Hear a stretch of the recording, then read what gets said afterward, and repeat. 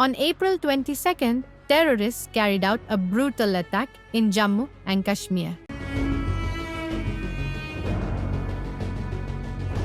killing 26 men in what is now the deadliest assault on tourists in the region since the insurgency began in 1989.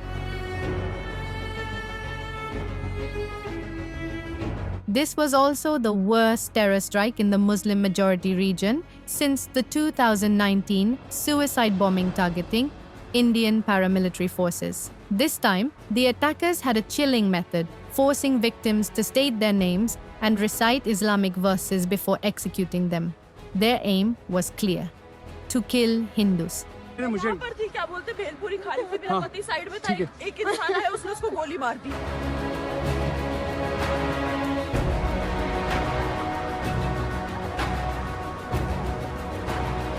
India's Prime Minister, Narendra Modi, responded swiftly and firmly, even switching to English, which is rare for him. India will identify, track and punish every terrorist and their backer. On April 27th, the Indian Navy carried out long-range missile drills. These are the images released by the Indian Navy. BrahMos anti-ship and anti-surface cruise missiles are being fired from warships in the middle of the sea.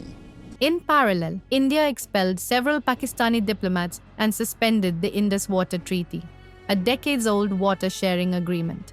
India has taken the unprecedented step of suspending the Indus Waters Treaty. The two nations have since exchanged nightly cross-border fire, and more confrontation seems imminent. Mr. Modi certainly has the right to retaliate against such militant extremism, but retaliation must balance justice with restraint. India must avoid turning this tragedy into a regional nuclear crisis with Pakistan. First, evidence is essential. Authorities are searching for 2 Pakistani men and 1 Indian man. The group initially claiming responsibility, the Resistance Front, TRF, later backtracked, blaming a hacked account. Some Indian intelligence officials believe TRF is a front for Lashkar-e-Taiba, LET, the same group behind the 2008 Mumbai attacks. LET has deep ties to Pakistan's intelligence services. But as of now, India has not provided public proof linking TRF and LET. The second key consideration: will retaliation serve India's broader goals? India has launched airstrikes and ground operations in 2016 and 2019 in response to similar attacks. Mr. Modi has promised peace in Kashmir and may feel compelled to act strongly once again. But any military move, however limited, could escalate. Already, Pakistan has shot down an Indian drone and their defense minister warns of an imminent strike. We've seen this before. In 2019, Pakistan shot down an Indian jet, returning the pilot days later. Today's political climate in Pakistan, however, might not allow for such diplomacy.